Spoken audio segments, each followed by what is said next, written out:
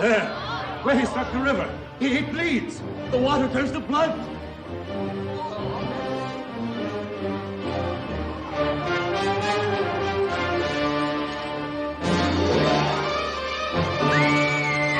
Blood flows from the gods. See how it spreads. It is blood.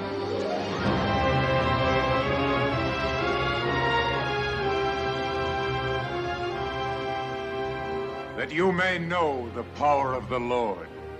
For 7 days Egypt will thirst. 7 days without water will Fill every jug and jar. pestilence will be everywhere. For it's 7 times 7 days. No magician's trick will set your people free.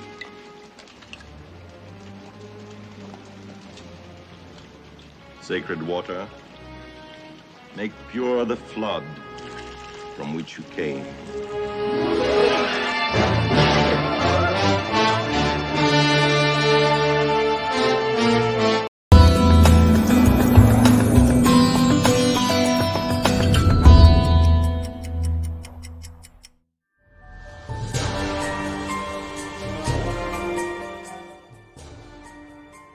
Nile River turns red.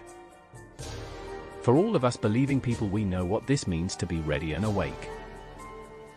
The first plague, the Nile turned to blood. Exodus 7 verses 14 to 15.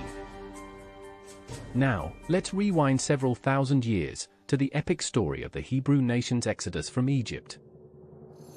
Pharaoh's first refusal to free the Israelite slaves initiated a series of terrifying plagues that started with the mighty Nile River turning into blood. So Moses and Aaron did even as the Lord had commanded. And he lifted up the staff and struck the water that in the Nile, in the sight of Pharaoh and in the sight of his servants, and all the water that in the Nile was turned to blood. And the fish that in the Nile died, and the Nile became foul, so that the Egyptians could not drink water from the Nile. Exodus 7 verses 20 and 21. Exodus 7 verse 20. So Moses and Aaron did even as the Lord had commanded.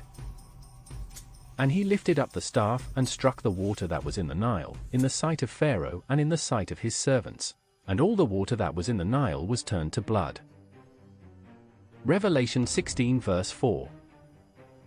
The third angel poured out his bowl on the rivers and springs of water, and they became blood.